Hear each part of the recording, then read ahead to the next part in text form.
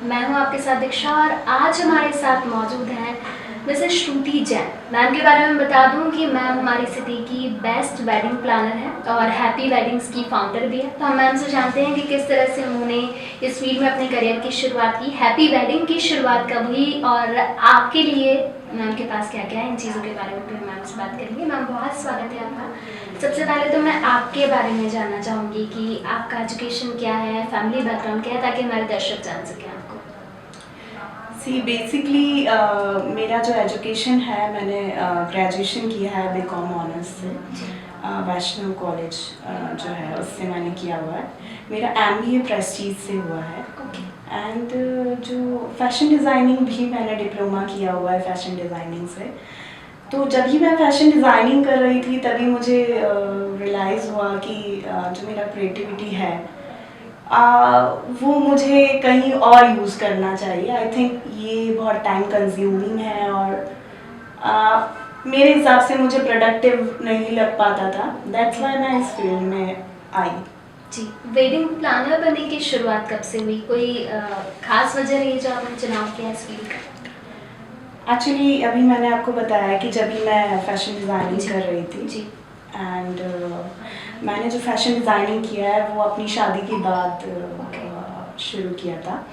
And तभी fashion designing करते करते मुझे लगा कि जो मुझे मेरा क्रिएटिवनेस है वो मुझे यहाँ दिखाना चाहिए।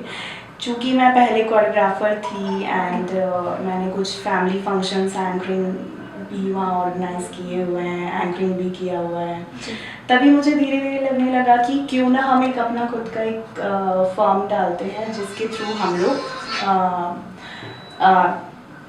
एक वेडिंग को प्लान कर सकें। तो कुछ छोटे छोटे फंक्शंस मैंने लेना शुरू किए एंड उस फंक्शंस के दौरान मुझे लगा कि हम इसको बड़े लेवल पे लेके जा सकते हैं। धीरे धीरे टीम बढ़ने लगी,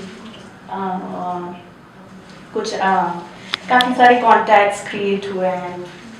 हैप्पी वेडिंग की शुरुआत कब से हुई, कैसे वर्क कर रहा है फिलहाल? 2014 से मैंने हैप्पी वेडिंग्स का एस्टैब्लिशमेंट किया था एंड उसके बाद से फिर इसको मैंने रन करना शुरू किया।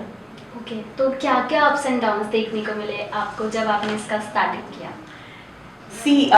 जब ही मैंने इसको स्टार्ट किया था, ऐसा नहीं है कि इवेंट मैनेजमेंट इंदौर में जाना नहीं जाता था, वेडिंग प्लानिंग जानी नहीं जाती थी, लेकिन बहुत कम रेशियो में इन सब चीज़ों को लोग समझते थे।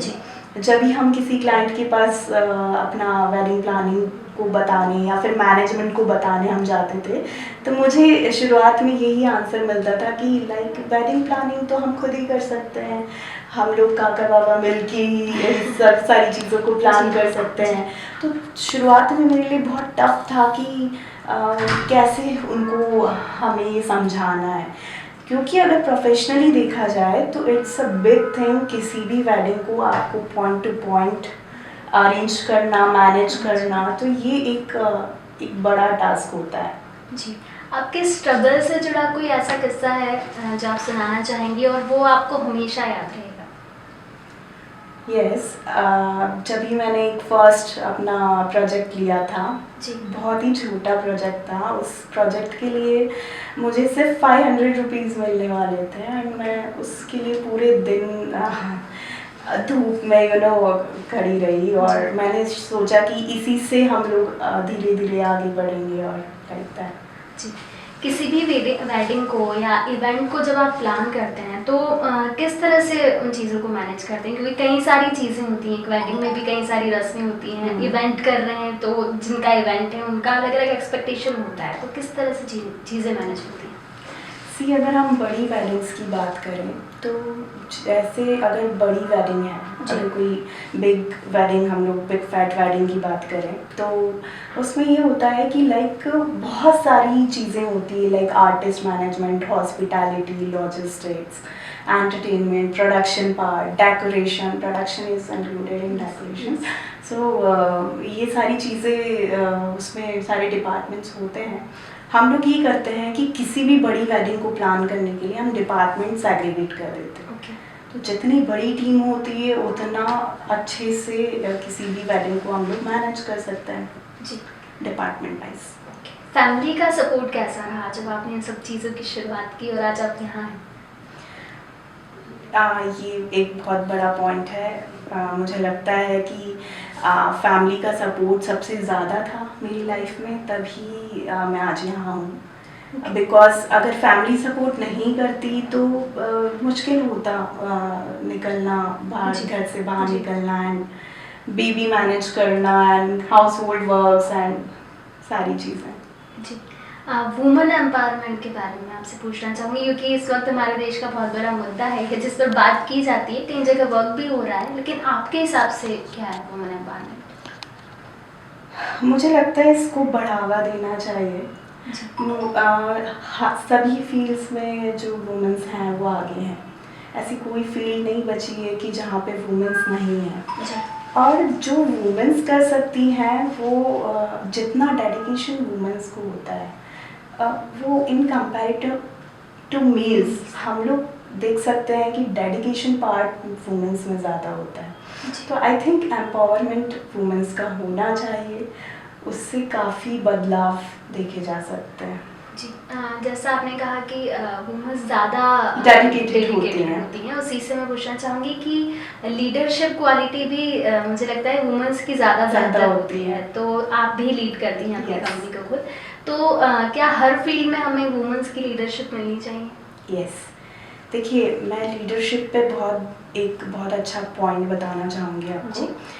एक जो महिला होती है, एक वुमेन होती है, एक फीमेल जो होती है, वो बर्थ से ही उसमें एक ये सारी चीज़ें लीडरशिप वाला पॉइंट होता है इनबिल्ट। वो मैं कैसे जब कोई पढ़ा लिखा नहीं है, कोई पढ़ी लिखी वुमेन नहीं है, फिर भी वो घर को बहुत अच्छे से लीड करती है। This is also management. एक हाउस को मैनेज करना, नेगोशिएशंस करना, बार्गेनिंग करना, ठीक है, बजट मेंटेन करना, फिर स्कूल की फीस, ये वो सारा कुछ, तो कितनी सैलरी आ रही है और उसको कितने में बाइफरकेट करके और कितना सेव करना है, ये वुमेन्स ऑलरेडी जानती हैं इन सब चीज़ों को। तो जब वो स्किल्ड होंगी, जब वो पढ़ेंगी, एजुकेटेड होंगी, तो आई थिंक उनका जो ये पॉइंट है, जो मैनेजमेंट उनके अंदर है, इनबिल्ट है, वो उभर कर आ पाएगा और शायद बहुत फ़ायदा मिलेगा। जी। जेंडर इक्वालिटी भी एक चीज़ है, अभी भी मतलब वैसे तो समझने लगे हैं हम कि हम बराबर हैं, लेकिन कई जगह पर आज भी देखा जाता है कि महिला है, ये नहीं करना चाहिए, ये नहीं कर पाओगी वाली थॉट भी देखी जाती है। और साथ में ये देखा जाता है वर्क प्लेसेस पे कि मेल डोमिनेटिंग एनवायरनमेंट होता है, तो जहाँ मतलब फीमेल्स थोड़ा सा अपने आप को बांध लेती हैं, दबा लेती हैं कि ठीक है अब हो रहा है तो होने दो, लेकिन वुमेन्स को क्या अपने थॉट लाने पड़ेंगे तब वो इन सब चीज़ों से बाहर निकल पाएगी, और मेल इसमें कैसे सपोर्ट कर सकते हैं?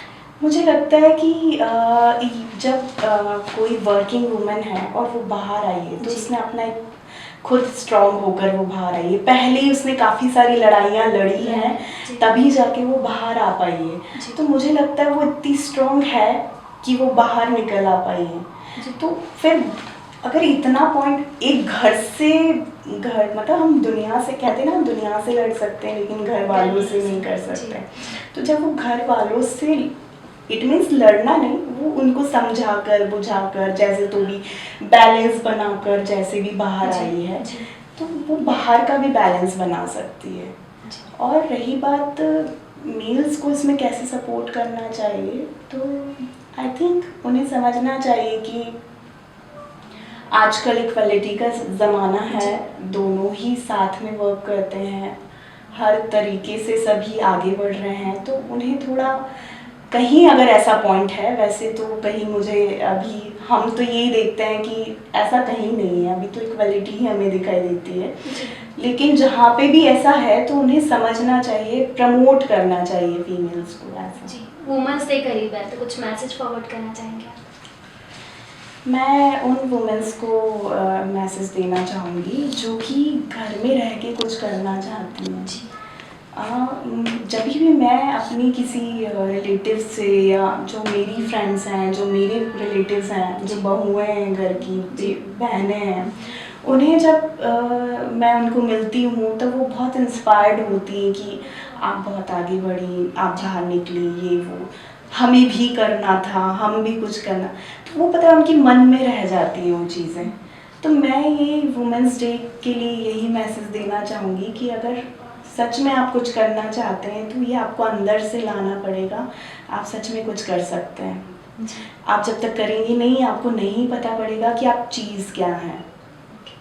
सो मैम, हैप्पी वेडिंग की स्टार्टिंग के बारे में तो आप हमें बता चुकी हैं, लेकिन सर्विसेज की अगर मैं बात करूँ जो कस्टमर्स के लिए यहाँ पर हैं, तो वो क्या क्या हैं जो कस्टमर्स को प्रोवाइड करवाई जाती है?